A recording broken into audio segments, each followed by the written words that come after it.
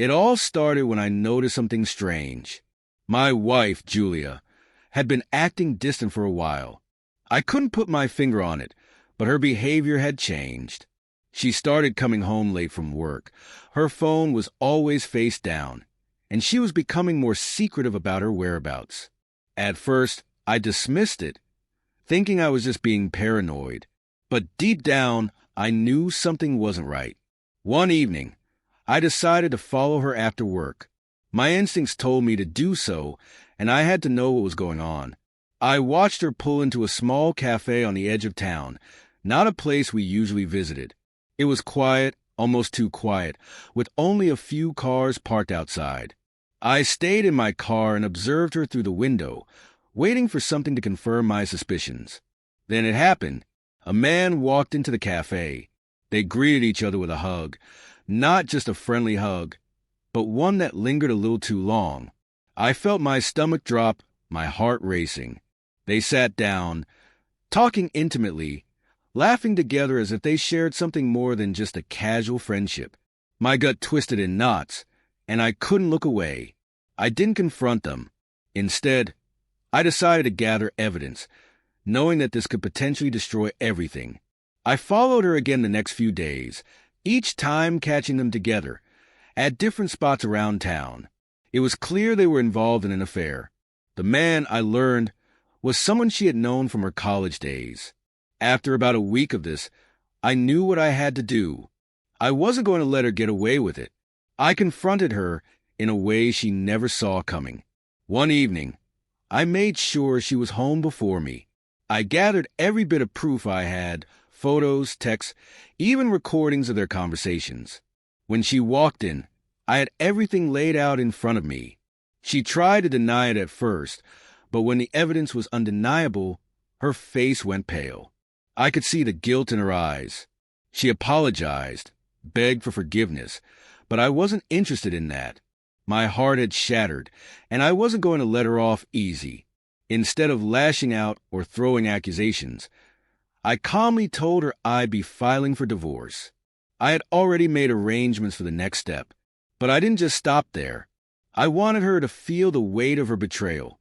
I spoke to her boss, explaining the situation in a way that would force her to face the consequences of her actions. I made sure to let her know that I had told everyone, including our mutual friends, about what she had done. The look on her face when she realized how far I had gone was priceless. She begged me to stop, but by then, I had made my peace. I didn't care anymore. The woman I thought I knew and loved was a stranger, and I wasn't going to be the fool who overlooked her lies. In the end, the divorce went through smoothly. The affair ended up affecting her job as well, though I never intended for that. It wasn't about revenge in the traditional sense. It was about making sure she would never forget what she did to me. I moved on, eventually, but it was a sense of power that came from reclaiming control over my life, and from seeing her come undone, that gave me a sense of extreme satisfaction. The pain of betrayal didn't go away, but at least I knew that for once, she had to live with the consequences of her actions.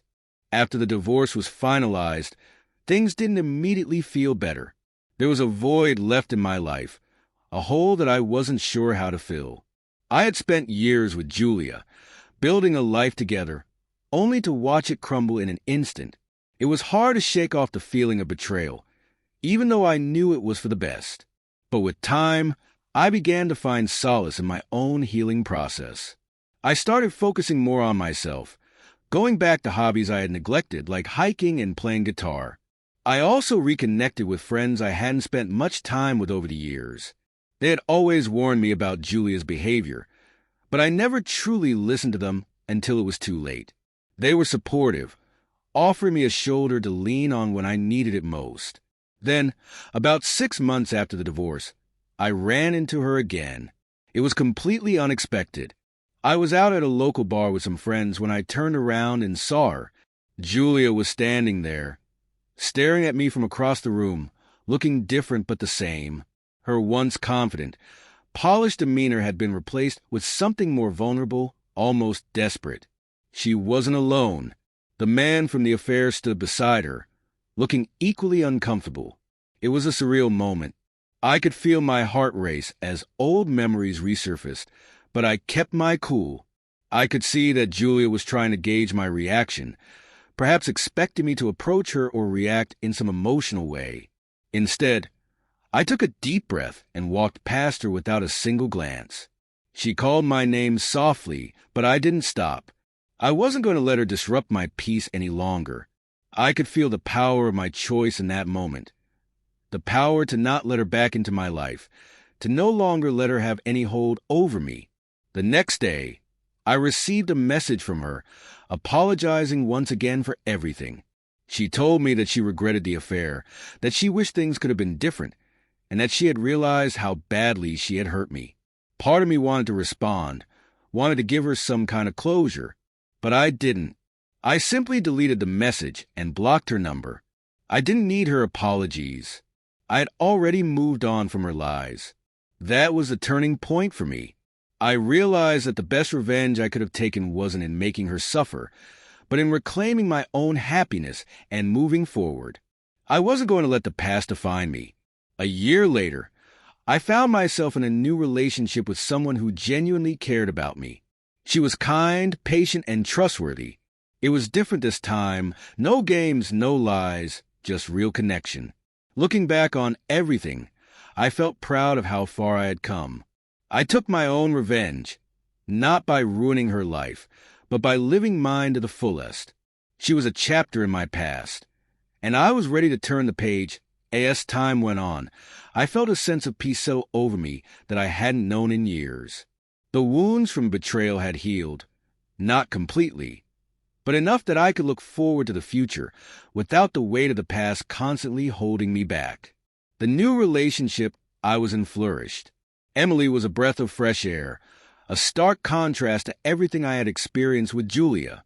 She was open, communicative, and above all, she made me feel valued.